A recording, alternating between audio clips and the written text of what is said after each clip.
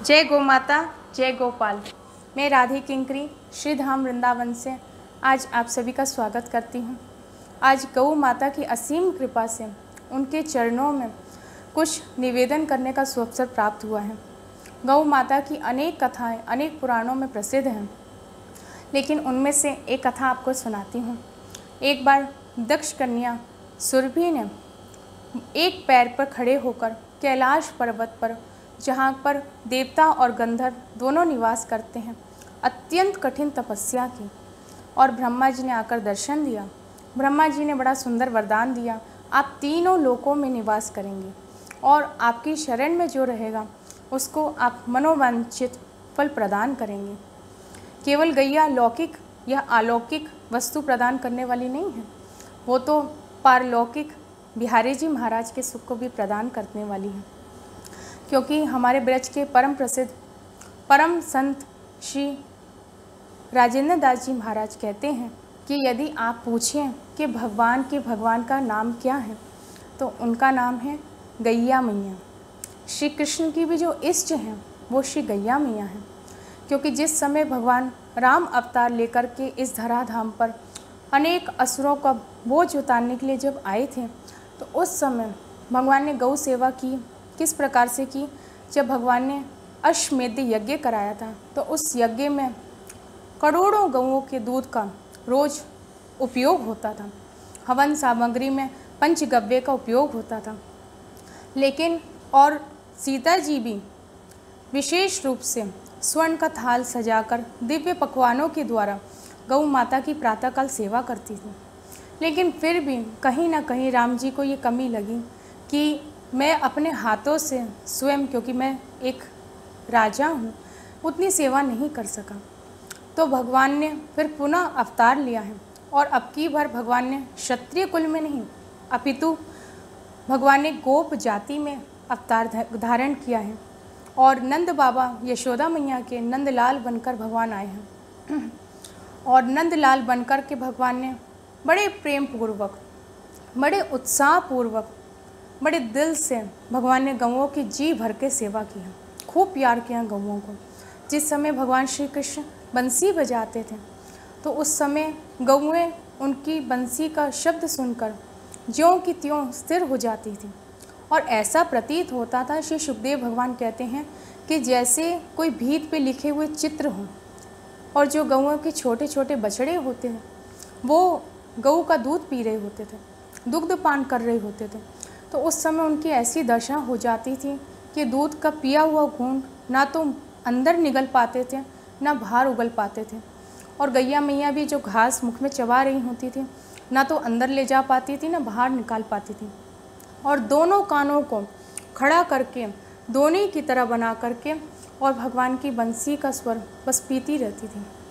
उनके हृदय में श्री कृष्ण प्रवेश कर जाते थे और वो मन ही मन भगवान के चरणों में, भगवान के चरण कमल का आलिंगन करती थी।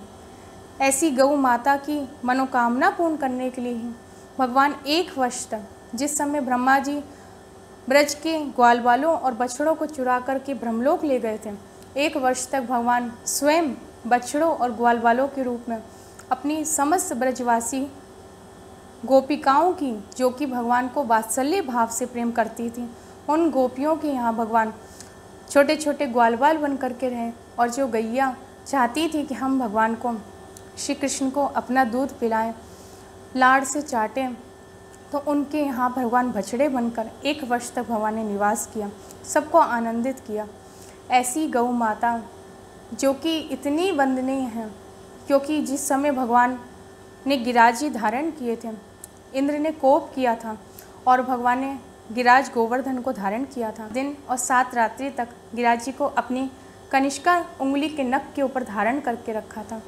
ऐसे गोपाल, ऐसे गोविंद, क्योंकि गोविंद नाम इंद्र ने ही भगवान को दिया था। जब इंद्र बाद में भगवान से क्षमा मांगने आए, तो उस समय इंद्र जानते थे कि भगवान रुष्ट हैं, मेरे से बोलेंगे नहीं, क्योंकि ब्रह्मा जी से भगवान ने एक शब्द नहीं बोला था। ब्रह्मा जी बहुत रोए थे, ब्रह्मकुंड का निर्माण हो गया, भगवान की 3 प्रदक्षिणा करी, ग्वाल बाल बछड़ों को दे करके गए, लेकिन भगवान ने एक शब्द ब्रह्मा जी से नहीं बोला। तो इंद्र बड़े घबरा गए थे। तो इंद्र अपने साथ में कामधेनु को लेकर आए थे। और इंद्र जानते हैं कि जिस व्यक्ति की जो वस्तु अत्यंत प्रिय हो, जिसको प्राणों से अधिक अत्यंत प्रिय वस्तु हो या कोई ऐसा प्रेम हो, तो उसको यदि आगे कर दिया जाए तो उसका क्रोध शांत हो जाता है। तो उन्होंने कामधेनु को तो आगे कर दिया, स्वयं पीछे खड़े रहे। जब भगवान ने कामधेनु को देखा तो उसको देखकर तो भगवान का हृदय ही भर आया। बड़े प्रेम पूर्वक भगवान दौड़ करके कामधेनु को आलिंगन किया, उसको गल कंबल को सहलाने लगे, उसके आँखों में अपनी आँखें डालकर भगवान प्रेम पूर्वक निहारने लगे। गौ माता के चरण रज को अपने मस्तक पर धारण करने लगे। और भगवान को जब देखा इंद्र ने कि ये तो बड़े भारी प्रसन्न हो गए हैं, ये तो इनकी प्रसन्नता का तो कोई ठिकाना ही नहीं है, तो उस समय इंद्र ने भगवान की शरण ग्रहण की और इंद्र को भगवान ने क्षमा भी किया और भगवान उससे बोले भी हैं। श्रीमद् भागवत महापुराण प्रमाण है। तो ऐसी गौ माता को आज हम सभी भारतवासी गौ की संवेदनशीलता को कुछ कुछ समझने का प्रयास कर रहे हैं, लेकिन इस गौ माता को आज हम लोगों ने, हम हिंदुओं ने ही उनको केवल अपने घरों से नहीं निकाला, अपने दिलों से भी निकाल दिया है। ऐसी गौ माता को आप सभी अपने दिलों में बसाएं, क्योंकि आज जो ये कोरोना महामारी का हम शिकार हो रहे हैं, इसका कारण यही है कि ऐसी दिव्य गौ माता का जो कि पलकों पे बिठाने योग्य है, जिनके चरणों में शीश झुकने योग्य है, वो गौ माता का रक्त इस भारत भूमि पर गिर रहा है। और जहाँ पे गौ का एक अश्रु भी गिर जाए, एक आंसू भी गिर जाए, तो वहाँ पर किया हुआ करोड़ों जन्मों का तप, व्रत, यज्ञ, अनुष्ठान, कुछ भी सब नष्ट होकर के भस्म हो जाता है। और यहाँ पर गौओं के अश्रु नहीं गिर रहे हैं, यहाँ पर तो गौओं की रक्त धारा गिर रही है।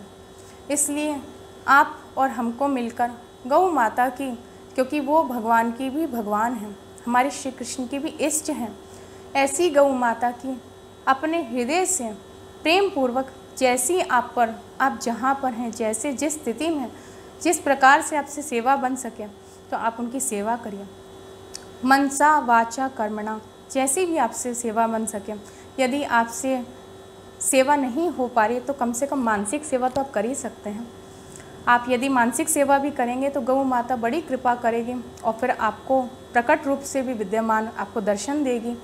आप अपने हाथों से गौ माता की सेवा कर सकेंगे। इसी के संदेश के साथ में हमारे जो गौ रक्षा दल के प्रमुख प्रेसिडेंट हैं पंजाब के, श्री प्रातः स्मरणीय श्री सतीश कुमार जी, उन्हीं की इस आग्रह से, उन्हीं की कृपा से आज आप सभी के चरणों में ये गौ माता की महिमा का कुछ अंश आपको श्रवण कराने का सुअवसर प्राप्त हुआ है। ऐसी ही कृपा आगे बनी रहे। जय गौ माता, जय गोपाल। श्री हरदास।